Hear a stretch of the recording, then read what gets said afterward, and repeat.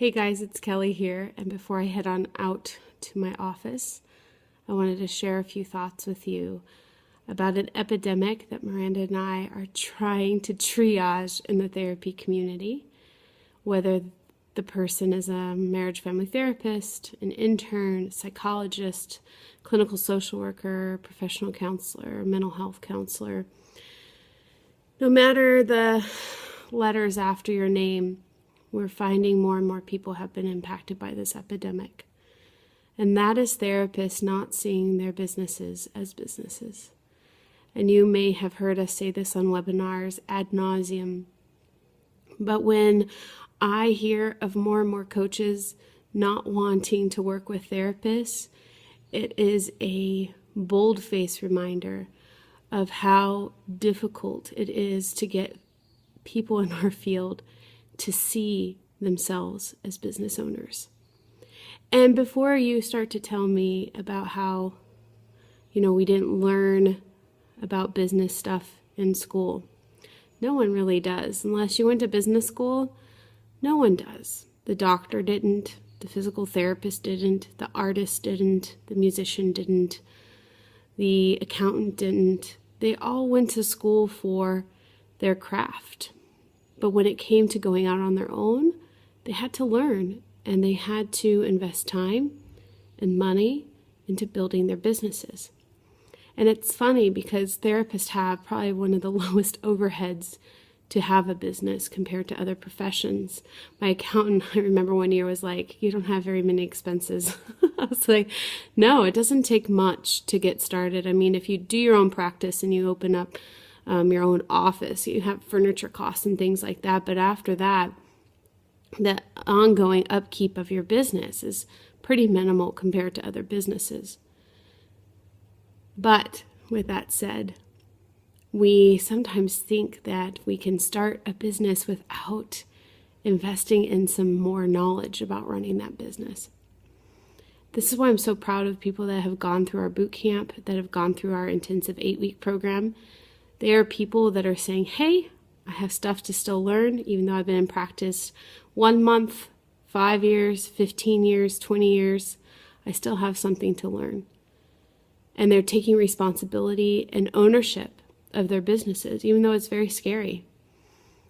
And I still continue to do that. Recently I had some aha moments about, just managing the financial aspects of my businesses and personal life, and I now have a financial mentor, a person that's sitting down with me and explaining and really teaching me so that I can continue to manage that part of my life more effectively and confidently.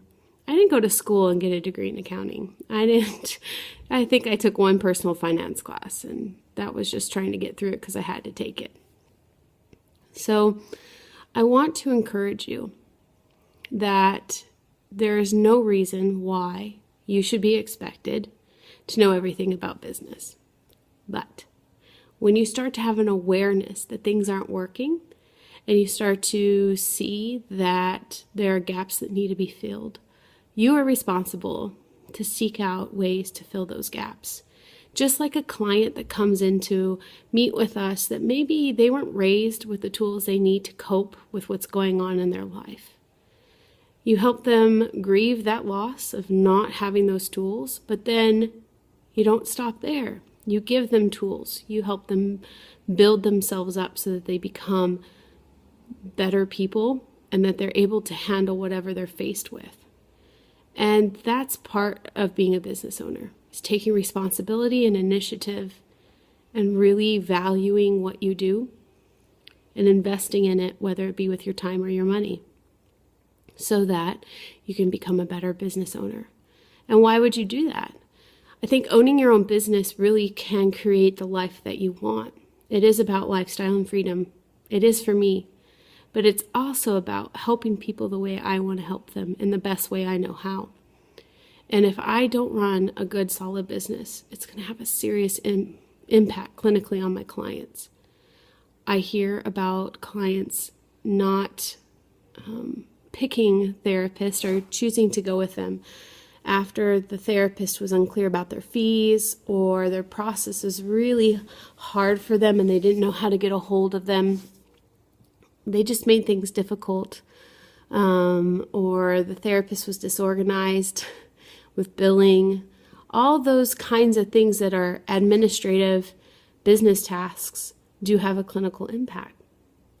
So remember that as you become a better business owner, it will impact you clinically. Some of the feedback from our boot camp was that they noticed a shift in how they carried themselves in session, and even their clients noticed a change in them and their work together. And I think that is attributed to when you are empowered and more balanced in your life, you bring that into the room with you. It's going to happen. It's inevitable. So help us treat this epidemic.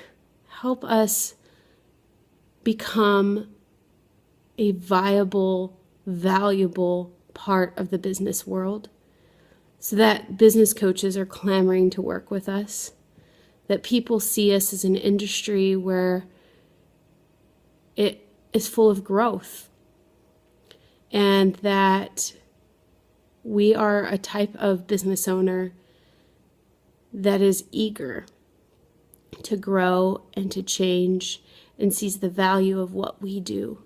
Do you ever think about the value of what you do? If you've ever been on a consult with me, I do talk about how we change the family tree. You know, if I help someone with their addiction, what that means for generations to come is phenomenal. It impacts not just their children and their grandchildren, but their great-grandchildren. That's pretty stinking valuable, don't you think? It's time we start seeing really the impact that we can have on the world. And if we aren't sharing that, and if we aren't creating solid businesses around that, the community won't see us. They won't take notice, and they won't invest in themselves with us. So I encourage you, sit down, do a little analysis. Look at your strengths, look at your weaknesses as a business owner, and use those strengths to get help on your weaknesses. Reach out, read books, go to webinars, get all the free information you can, and when it comes time, invest in a mentor, get a coach, have a plan in place, build your business plan, see a bigger picture, because what you do is important, but you have to see that first. So, are you going to be part of the epidemic? Are you going to be the type of person that stands up against it and chooses not to fall and chooses to be better, to be great, and share their value with the world? If you'd like to join us, give us a call, send us an email. We'd love to help you. And if it isn't us, that's okay too. We know a ton of other awesome coaches out there who would be great to work with. There is enough in the world. We don't have to work with everyone. But we do have to change this in our community, because what we do is important. And if we can't keep our doors open, then we can't do that important work. I hope you have a great day and that you love what you're doing. Bye.